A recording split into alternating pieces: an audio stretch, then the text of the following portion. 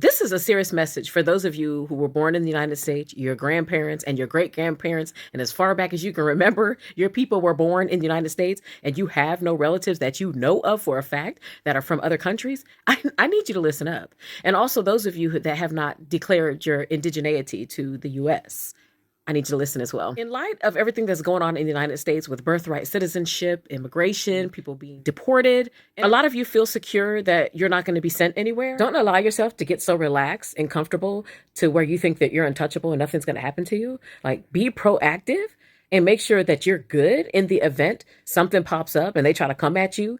Why is that?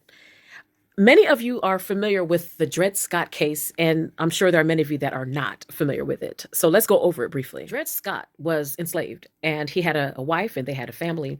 And he and his wife were moved from the state they were enslaved in, which was St. Louis, and they were moved to Illinois, which was a free state. From there, they went to another free state. So Dred Scott and his wife, they actually argued that, hey, look, we have been living in free states, so we should be free. So they went to court to secure their freedom. Dred Scott and his wife Harriet argued that their time in the free states and territories had already granted them freedom from slavery.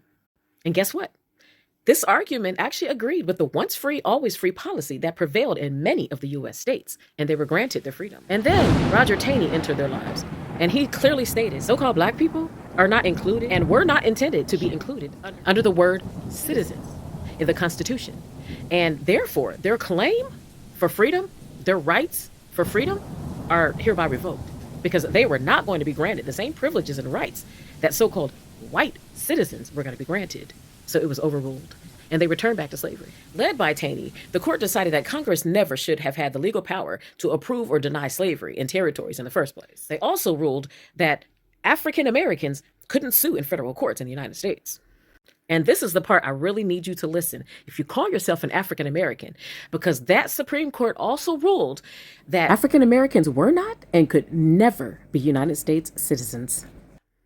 So if you're calling yourself an African American and you know good and well you don't have any relatives outside of the United States, that you might need to brace yourself for deportation, okay? Because you're calling yourself by a prisoner of war term, and this administration is going wild. They're looking for everybody they can possibly find to kick out, to deport from the U.S., okay?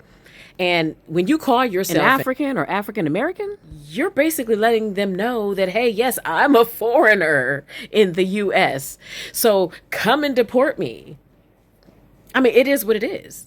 You are admitting that you are these prisoner of war terms, and they're going to do with you as they please. They're going to put your butt out. They're going to deport you. And it's just that simple. Especially if you know you're not an African, the last thing you need is for the Trump administration and ICE to be coming at you talking about, oh, yeah, you're here illegally and you got to go. Because your ass gonna get a ticket straight to Africa. Probably in a straitjacket. If you know, you know. So stop playing. Put your affairs in order before it's too late. Let me tell you, I bet you they're going to try that on them people in the hood, okay? They're probably going to try to dump them in Africa because, I mean, this is the history of what they have done throughout the years is dump people from America in Africa. They're undesirables, just like Britain did with their undesirable Caucasoids. And as far as I understand, this rule is still on the books. And you see clearly what Trump is doing right now. So don't get yourself deported is all I'm saying by calling yourself an African American when you're actually really, truly indigenous to America. I'm just saying.